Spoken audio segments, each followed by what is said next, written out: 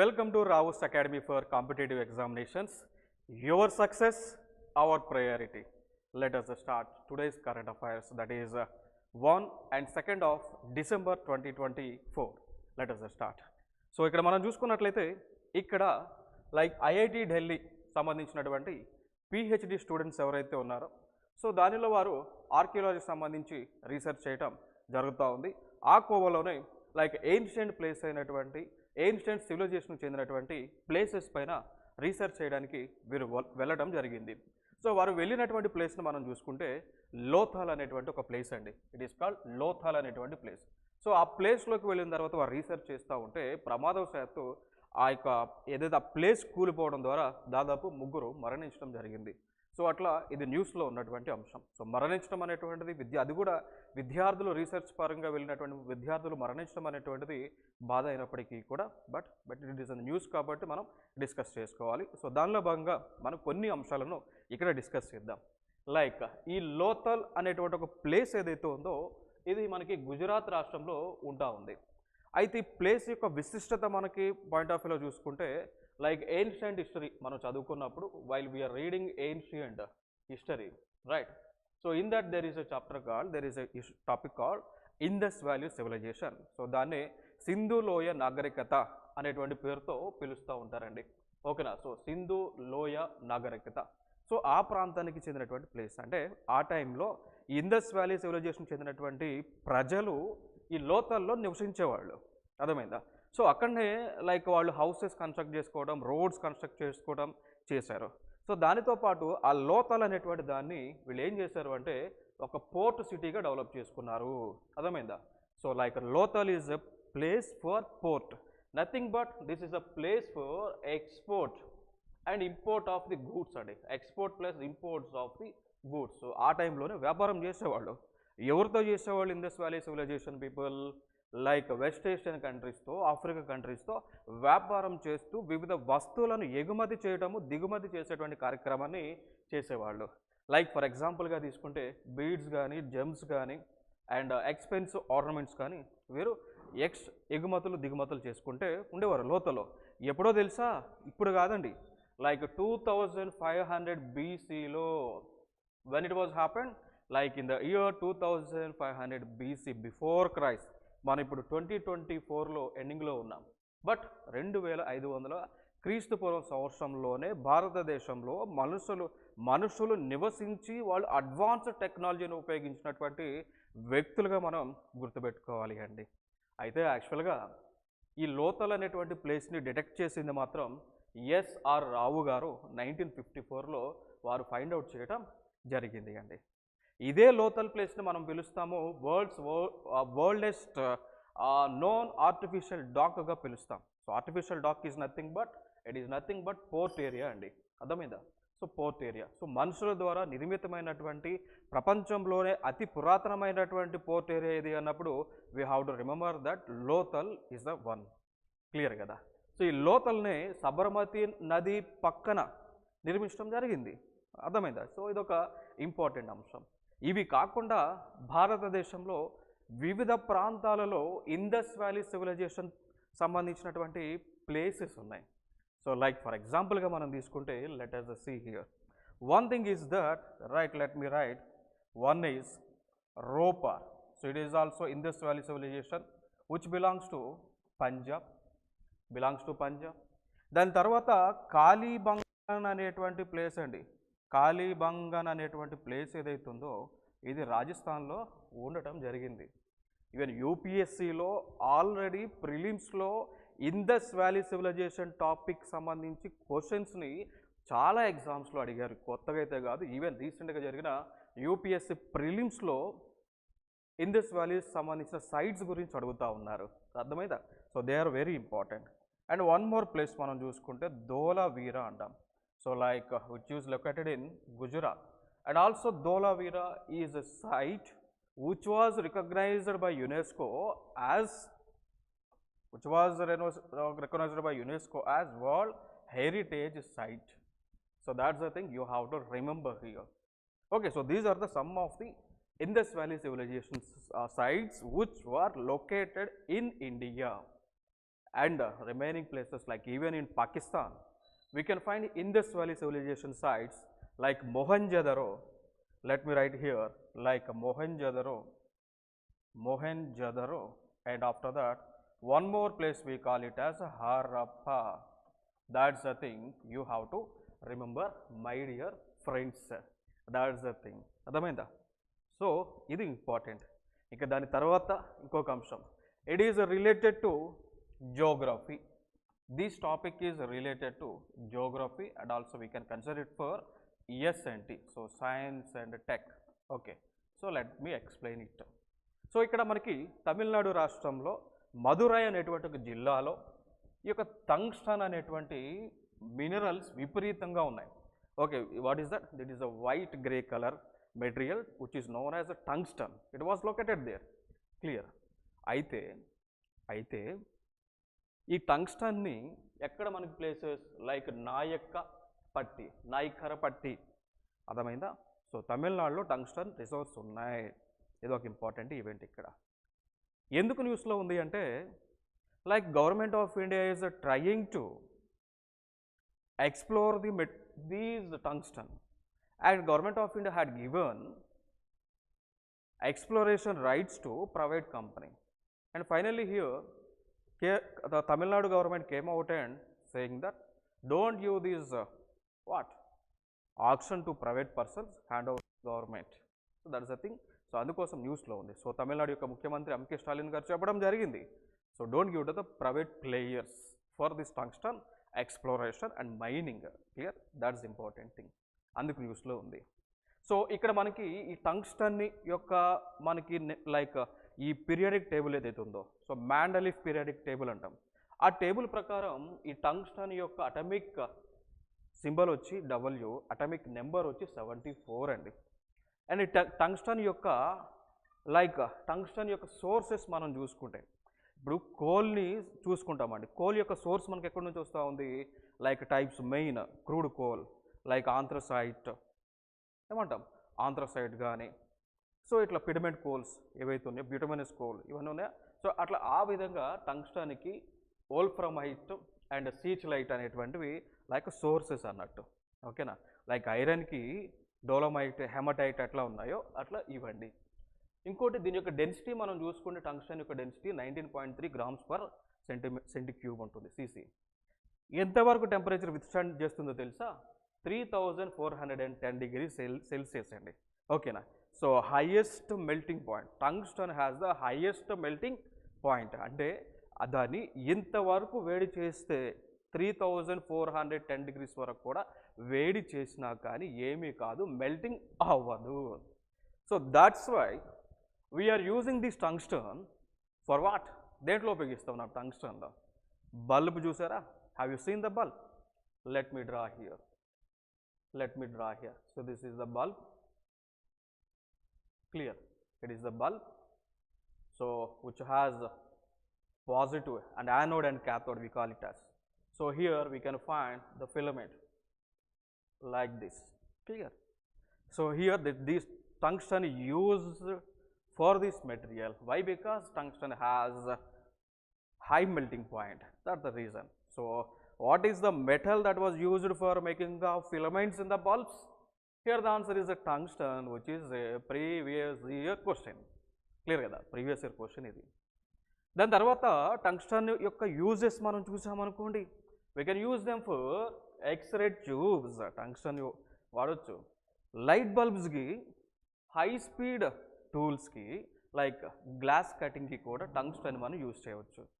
Welding ఎలక్ట్రోలోడ్స్కి, turbine బ్లేడ్స్కి, golf క్లబ్స్కి, డాట్స్, ఫిషింగ్ వెయిట్స్, గైరోస్కోప్కి, wheel, phonography, not that graphy, ఫోనోగ్రఫీకి, అండ్ నీడిల్స్, బుల్లెట్స్, ఆర్మర్ పెనట్రేషన్స్కి ఈ యొక్క we can use this tungsten. Clear కదా? And coming to here, which country acquired the first position in terms of tungsten resource? Here the answer is China, then after that Vietnam, Russia, North Korea. Remember it guys, very important. Clear? Next after that, aortic stenosis. Aortic stenosis అంటే ఏంటి? First thing it is related to science and tech. Okay, so it is related to science and tech. Clear కదా? So aortic stenosis అంటాం, science and టెక్కి సంబంధించింది. అయితే అసలు like ఇక్కడ ఈ అరోటిక్ stenosis అంటే ఏంటి అంటే, ఇప్పుడు ఇది మన హార్ట్, దిల్ కదా, ఇక్కడ హార్ట్ ఉందా, we have heart right. So ఇక్కడ హార్ట్లో ఇది ఉంటుంది, this is called aorta. So this is called aorta. Okay, so its name is aorta. So like stenosis అంటే ఏంటి అంటే, బాడీ పార్ట్లో ఉన్న వాల్స్ నారోగా అవటం. క్లియర్ కదా? సో స్టెనోసిస్ అంటే ఏంటి, ఇప్పుడు వెయిన్ ఉందబ్బా, ఇది మన వెయిన్, అంతే కదా, లోపల గొట్టాలు ఉన్నాయా, ఆ గొట్టాలు కనుక దగ్గరకు వచ్చేసినాయి, లైక్ ఇట్లా ఉన్నది ఇట్లా వచ్చి చిన్నగా అయింది, నారోగా అయింది. అప్పుడు ఏం జరుగుతుంది? బ్లడ్ ఈజీగా ఫ్లో అవుద్దా? No no no no, they won't flow. Blood ఈజీగా ఫ్లో అవ్వదు, ఎందుకంటే ఇట్లా ఉన్నది ఇట్లా అయింది కదా. So there is no flow of the blood. So చూడొస్తే ఇట్లా అయింది. సో ఇక్కడ అరోటా అనేటువంటిది ఏదైతే మనకి హార్ట్కి ఉన్నటువంటి మెయిన్ పార్ట్ ఏదైతే ఉందో, అది they will become narrow due to what?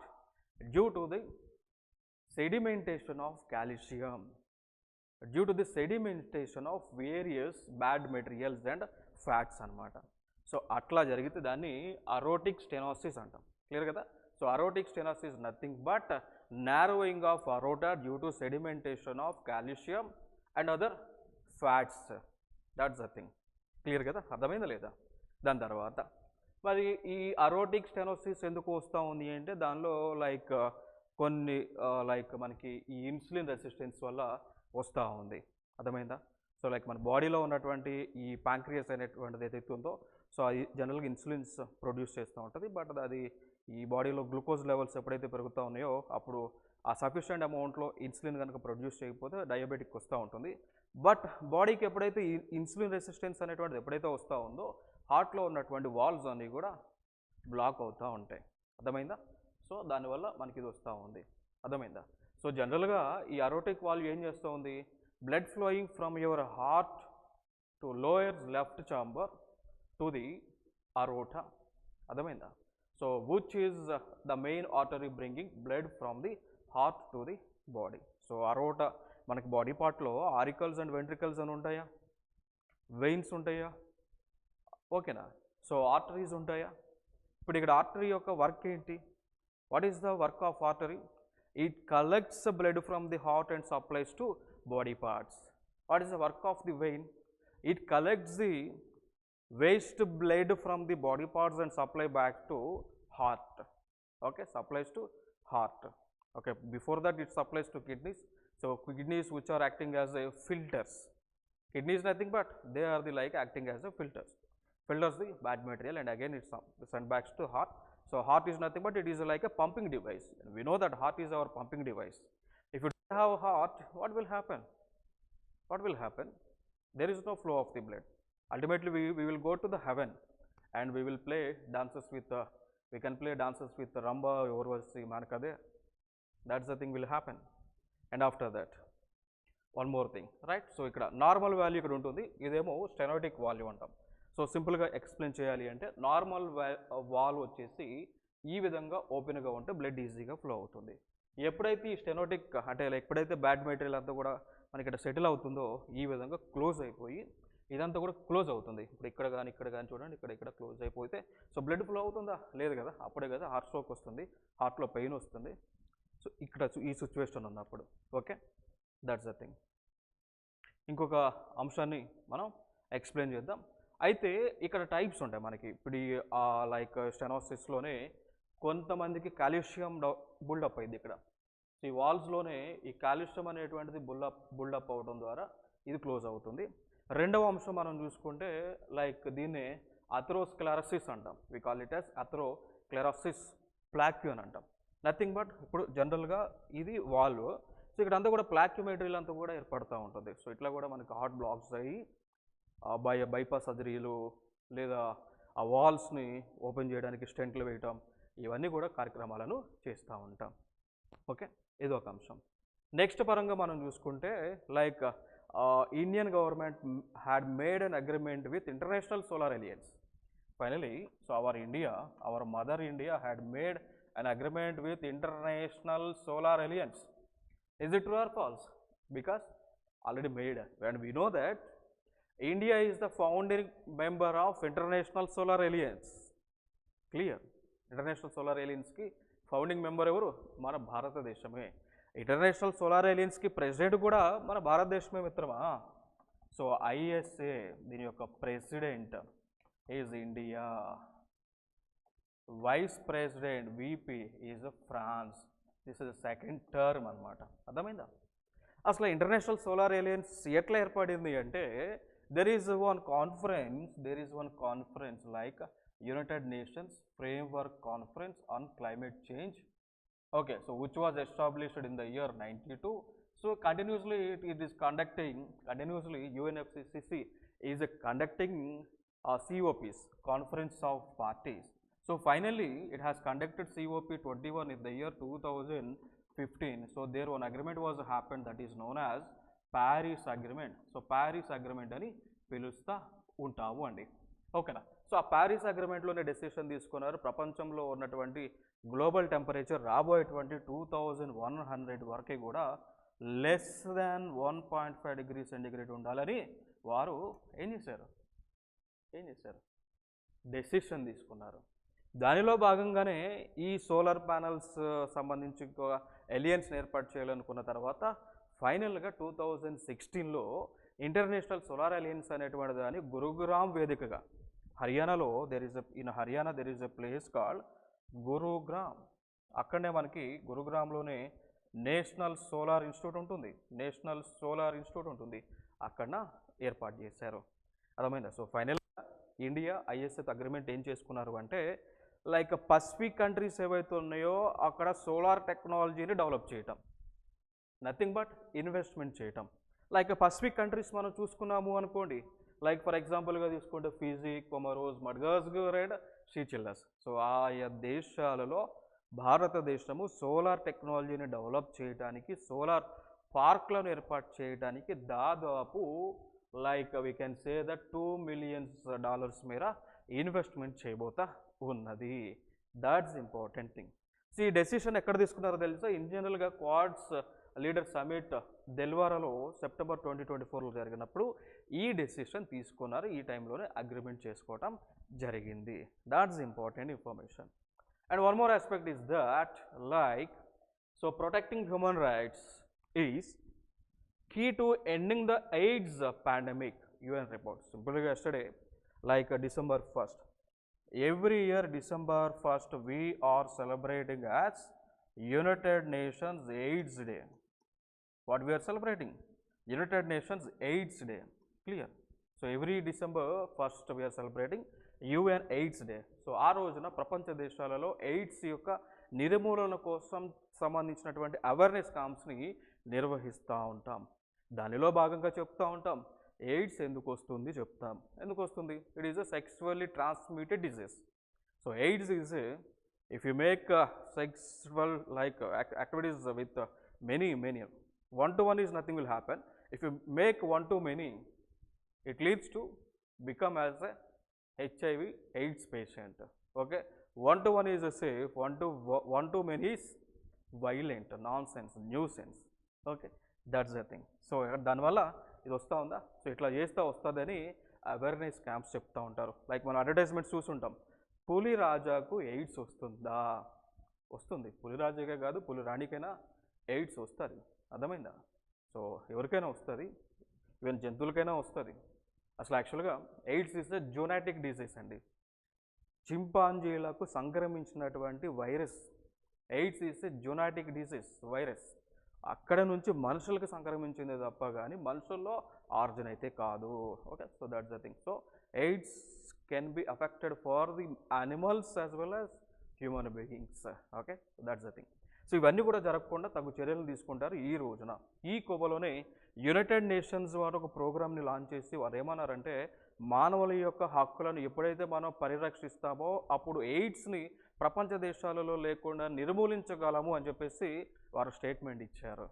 దానితో పాటు ప్రపంచ దేశాలన్నీ కూడా ఏకమయ్యి ఏం చేశానంటే ఒక ఎజెండా తీసుకున్నాయి. ఆ ఎజెండాని 2030 కల్లా ప్రపంచంలోనే ఎయిడ్స్ అనేటువంటిది లేకుండా తగు చర్యలను తీసుకుంటామని యునైటెడ్ నేషన్స్ వాళ్ళు చెప్పారు. Here the dates are very important. Even Indian government రీసెంట్గా చెప్పింది we will eliminate TB from India from by 2025 అన్నది. What this said, we will eliminate tuberculosis from India by 2025. దానికి సంబంధించి నేషనల్ ట్యూబర్క్లోసిస్ ప్రోగ్రామ్ లాంచ్ చేసి ఉంది కదా, previous year question కదా, అర్థమైందా? సో అట్లా దాంతోపాటు ఆల్రెడీ మనం లైక్ పోలియోని, so we have eliminated polio in the year 2014. So we have completely eliminated polio from India. ఇక మసూచి స్మాల్ పాక్స్ని ఎలిమినేట్ చేస్తామా? అవన్నీ కూడా చేస్తాం. సో ఎయిడ్స్ని కూడా ఎలిమినేట్ చేస్తాం. ఎందుకు చేస్తాం, we can do. Okay, so అదొక ఇంపార్టెంట్ అంశం. దాంతోపాటు థీమ్ మనం చూసుకోవాలండి. So like it's the theme is take the right path to end AIDS. So world వైడ్గా చూసుకుంటే 39.9 మిలియన్ పీపుల్ మేర అఫెక్ట్ అవడం జరిగింది ఈ యొక్క ఎయిడ్స్ వలన. క్లియర్ కదా, అదొక అంశం. దాని తర్వాత బ్రహ్మోస్ ఏరోస్పేస్ అని చెప్పేసి ఒక మనకి వింగ్ ఉంటుంది. సో దానికి మనకి లైక్ చీఫ్గా వారిని ఎవరైనా డాక్టర్ జైతీర్థ్ రాఘవేంద్ర జోషి గారిని అపాయింట్ చేస్తూ గవర్నమెంట్ ఆఫ్ ఇండియా ఆర్డర్స్ని పాస్ చేయడం జరిగింది. ఇక్కడ వరకు ఒక ఆస్పెక్ట్. ఇంకొక అంశం, ఈ బ్రహ్మోస్ ఏరోస్పేస్ చేసే కార్యక్రమాలు ఏంటో తెలుసా? They develop BrahMos missiles. Like BrahMos supersonic cruise missiles. So how BrahMos missile came into existence? Who said that? Here, two countries came forward and they decided to make supersonic cruise missiles which can be launched from land, water, air, and also from submersible ships. Okay, like submersible engines. అర్థమైందా? So అయితే ఈ BrahMos missiles అనేటువంటి ఈ కాన్సెప్ట్తో గాలిలోను, నీటిలోను, ఆకాశంలోను, నీటి లోపల నుంచి launch చేసే కెపాసిటీ ఉన్నటువంటి డెవలప్ చేశారు. సో బట్ వాటికైతే పేరు బ్రహ్మోస్ అని పెట్టారు. ఎట్లా పెట్టారు అంటే లైక్ ఇండియాలో ఒక రివర్ ఉంటుంది, బ్రహ్మపుత్ర అని river. So we call it as a Brahmaputra river. And one more river we call it as Moscow. So they have taken the names from Brahma and mos from Moscow. అర్థమైందా? సో ఇట్లా బ్రహ్మోస్ యొక్క నేమ్ ఆరిజిన్ అయింది మిత్రమా, very important. So this two are the they are the rivers. సో నదుల యొక్క పేర్లను తీసుకొని ఫైనల్గా బ్రహ్మోస్ అనేటువంటి పేరుని తీసుకొచ్చారు.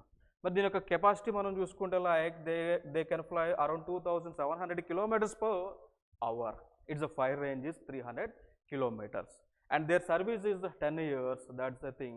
And also they can fly at altitude 5 to 15,000 meters. And they can also carry the weight like 2,500 to 3,000 kgs with them. Okay, so with them we can launch even nuclear weapons as well. Okay, we can use them as nuclear weapons launching vehicles. That's the thing. And one more thing we have to know that.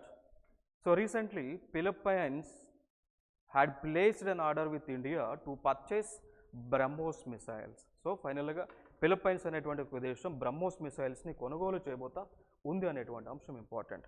అవి కాకుండా భారతదేశంలో ఇంకా కొన్ని missiles మన దగ్గర ఉన్నాయి. Like for ఎగ్జాంపుల్గా తీసుకుంటే వి కాల్ ఇట్ యాజ్ అగ్ని మిసైల్, అగ్ని 1, 2, 3, 4, 5 అండ్ అగ్ని P prime and Agni X. So these are the missiles that we have. Like its range మనం చూసుకుంటే ఆల్మోస్ట్ ఇది 750 kilometers వరకు రేంజ్ ఉంటుంది. అగ్ని ప్రైమ్ రేంజ్ యొక్క 750 నుంచి 1000 kilometers వరకు ఎక్కువ దూరాన్ని ఛేదించగలదు. 2 తీసుకుంటే 2000 నుంచి 3000 వరకు, 3 యొక్క మిసైల్ 3000 నుంచి 4K వరకు, 4000 4K టు 5K ఉంటుంది. అండ్ 5 అగ్ని 5 యొక్క రేంజ్ 5K నుంచి 11K, నాట్ 11K 8K వరకు ఉంటుంది. అర్థమైందా? అగ్ని ఎక్స్ని డెవలప్ చేయబోతా ఉన్నారు. ఇది ఇంచుమించుగా మనం చూసుకుంటే బియాండ్ 11,000 kilometersకి రీచ్ అవ్వగలే కెపాసిటీ వీటికి ఉంది అండి. అర్థమైందా? సో అగ్ని మిసైల్స్ కంప్లీట్గా భారతదేశం యొక్క స్వదేశీ సాంకేతికతో డెవలప్ చేసినటువంటి మిసైల్స్. ఇవన్నీ కూడా యూపీఎస్సి ప్రిలిమ్స్, సిఎస్సి క్వశ్చన్ అన్నమాట, ప్రీవియస్ ఇయర్ క్వశ్చన్. క్లియర్ కదా. నెక్స్ట్ అంశం లైక్ యువ సంఘం ఫేజ్ 5 లాంచెస్ నేషన్ వైడ్ అండి. ఇక్కడ కొన్ని అంశాలు మనం గుర్తుపెట్టుకుందాం. యువ సంఘం అంటే ఏంటి అంటే ఒక రాష్ట్రంలో ఉన్నటువంటి యువత వాలంటీర్లు ఇంకొక రాష్ట్రానికి వెళ్ళి ఆ రాష్ట్రంలో వాళ్ళ సొంత రాష్ట్రానికి చెందినటువంటి కల్చర్ని స్ప్రెడ్ చేయటం, ట్రెడిషన్స్ని స్ప్రెడ్ చేసేటువంటి కాన్సెప్ట్. దానిలో భాగంగానే ఇక్కడ ఫేజ్ 5లో మహారాష్ట్ర వాళ్ళు ఒడిశాలోకి, ఒడిశా వాళ్ళు మహారాష్ట్రలోకి వస్తారు స్టూడెంట్స్ కల్చర్ని స్ప్రెడ్ చేయడానికి. హర్యానా వాళ్ళు ఎంపీలోకి, ఎంపీ వాళ్ళు హర్యానాకి. In the similar way Andhra Pradesh people will go to UP and also the people from UP will come to Andhra Pradesh, vice versa. అర్థమైందా? సో ఇది యువ సంఘం అనేటువంటి కాన్సెప్ట్. ఇక్కడ స్టూడెంట్స్ అక్కడ రిలీజియన్, నాట్ రిలీజియన్, కల్చర్ని స్ప్రెడ్ చేస్తారు. అదేవిధంగా అక్కడ ఉన్న కల్చర్ని ఇక్కడ స్ప్రెడ్ చేస్తూ ఉంటారు. ఫైనల్గా దీని యొక్క కాన్సెప్ట్ ఏంటో తెలుసా? వసుదైక కుటుంబం means all are equal, complete universe is one, we are all one, world is one అని స్ప్రెడ్ చేసేటువంటి కాన్సెప్ట్ అండి. అర్థమైందా? సో దీనిలో లాంచ్ చేసింది కూడా మినిస్ట్రీ ఆఫ్ ఎడ్యుకేషన్. సో దీనిలో 5 కాన్సెప్ట్స్ పైన ఫోకస్ చేశారు. Like tourism, traditions, development, people to people connect, technology పైన వీరు ఫోకస్ చేయడం జరిగింది మిత్రమా. అర్థమైందా? దాని తర్వాత ఎక్సైజ్ అగ్ని వారియర్ 2024 అండి. ఎక్సైజ్ అగ్ని warrior 2024.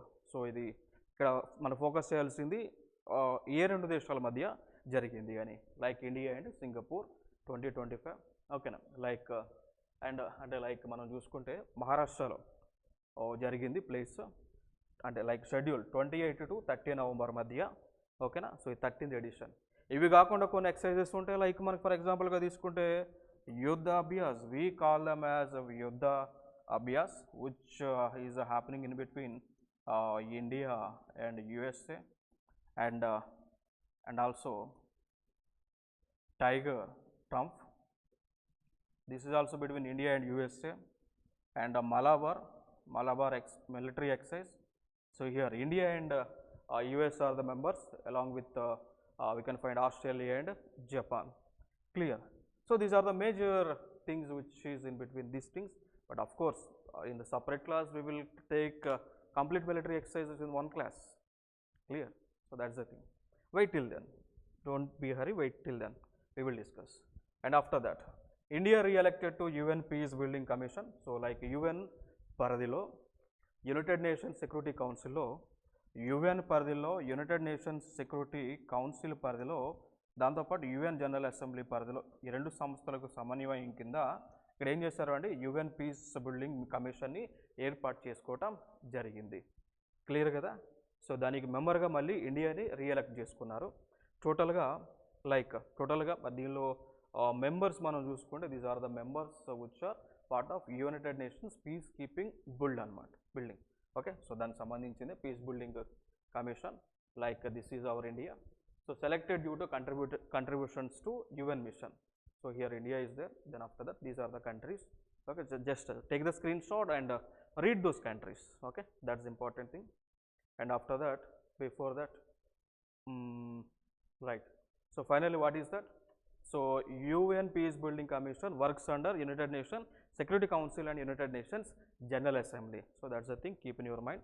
Then after that, its formation was happened like 20 December 2005, and its headquarters is located in New York. Okay, its headquarters is located in New York. It is a part of General Assembly, you can see. So their parent organization is General Assembly, UNGA, and United Nations Security Council is the parent organization. So with that, can you answer this question? With that information what I provided here, can you answer this question? Like here it is the question that I have given, like which of the following statements are true about the UN peacekeeping force? So here I have given the options as its provisions are not explicitly given in UN chapter. So we have to find whether it is true or false. So like UN peacekeeping గురించి UN charter లో పొందుపరచలేదు అన్నాడు. అవునా కాదా? We have to say it has undergone quantitative and qualitative changes in the post-Cold War period. అవునా కాదు find out చేయాలి. India and America have jointly sponsored it. So we have to find whether it is a true or false. Okay. So try to give the answer in the comment box. Tomorrow we can discuss about it. Okay. Till then, thank you so much, and we will meet in the next class. So please subscribe our YouTube channel, like this video and share this video, and also please give your valuable feedback to us. Thank you so much. That's the thing. And also it is Rao's Academy for Competitive Exams is the premier institution which was launched by, which was administering by senior bureaucrats like Dr. Mohan Rao sir IAS and Dr. and Aruna Mohan Rao ma'am IPS officer, senior bureaucrats. So వీరు ప్రతి ఒక్కరికి కూడా personal మెంటర్షిప్ని ఇస్తూ ఉన్నారు. దానితో పాటు ఇప్పటి వరకు కూడా ఉన్నటువంటి ఇన్స్టిట్యూషన్స్ నుంచి లైక్ ఆల్రెడీ రావుస్ అకాడమీ మనకి మధ్యప్రదేశ్ భోపాల్లో ఉండడం జరిగింది. అక్కడ ఎంతోమంది విద్యార్థులను ఆఫీసర్లుగా తీర్చిదిద్దినటువంటి సంస్థ ఇప్పుడు హైదరాబాద్కి రావడం జరిగింది. తెలుగు వారిని కూడా ఉన్నత స్థానాల్లో ఉంచాలనేటువంటి ఉద్దేశంతో. సో మీ వెనక ఉండి గైడెన్స్ ఇస్తూ మిమ్మల్ని ఆస్పిరెంట్స్ని ఆఫీసర్స్గా తీర్చిదిద్దే బాధ్యత తీసుకున్నటువంటి సంస్థ. ఓకే. సో అందుకోసం you need to support. How you can support? Come to us and take the guidance from us, get the success. Okay, that's the thing. And also thank you so much, and we will meet in the next video with some more interesting topics. Jai Hind.